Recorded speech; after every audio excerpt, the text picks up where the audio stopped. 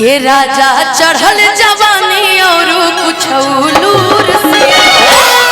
देखो पगली हमारे गीत गावत ये राजा चढ़ल जवानी अब कुछ लूर से बोल के सहूर से ये राजा चढ़ल जवानी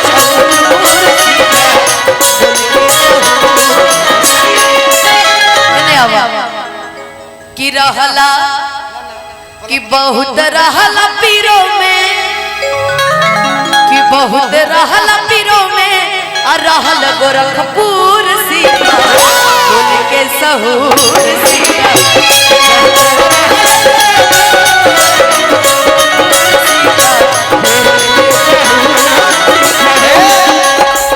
हम भगवान से मनावत तनी सावन के महीना चढ़े वाला बिया हे भोले बाबा हे बाबा हे देवघर वाले बाबा हे बाबा हे गोरखपुर के गोरखनाथ नाथ अनुपमा एक दिन कहिया कही है हमारा से का अरे कि बिना रे सजना बिना रे सजना सवाना चुभ चुभ बोले ओरी चना बिना रे सजना सवाना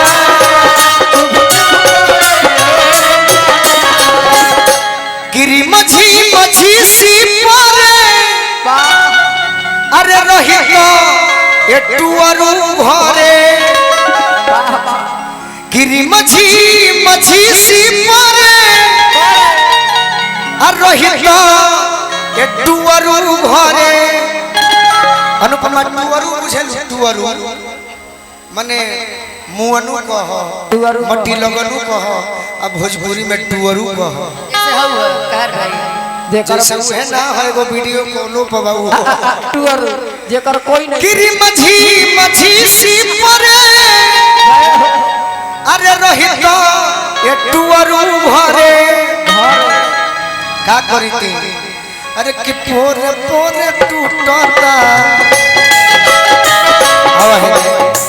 अरे पोरे पोरे टूटता बताना चुप चुप बोले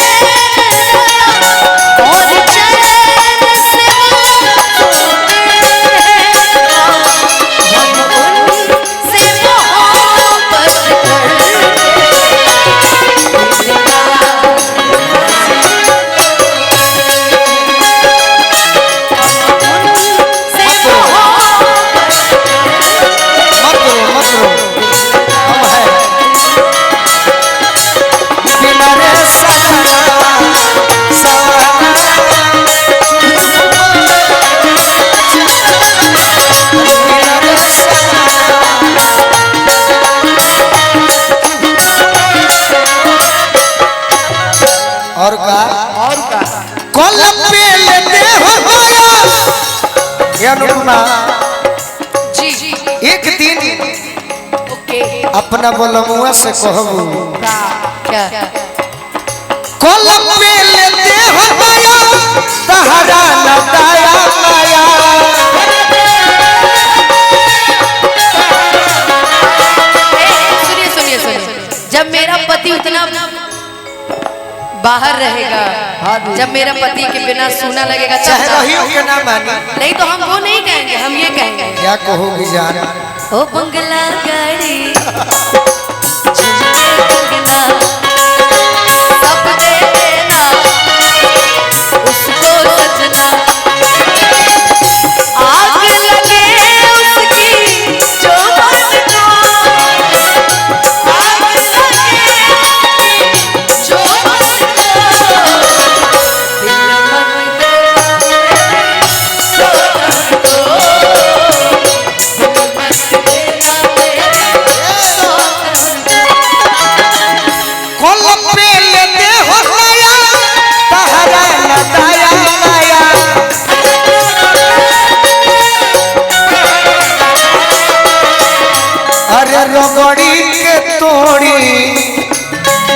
रगड़ी के तोड़ी ओरा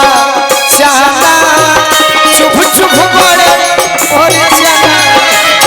रगड़ी के तोड़ी ओरा चाहना चुप चुप बड़े। और बा एक लाइन और बा अनुपमा हमारे निरंजन बाबा संगीत प्रेमी बड़ भाई हैं ओहो होई सैया जी से कहो शिकारी दोसरे कोनो मजा मारी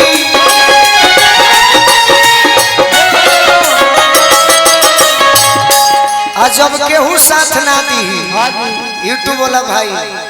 जब केहू साथ ना दी अनुपमा के जीवन में गीत में तो सभे साथ देवे ये चाहो बाकी अरे गोलुए हो बेखीन गोलुए हो बेखीन कर धाना चुप चुप करे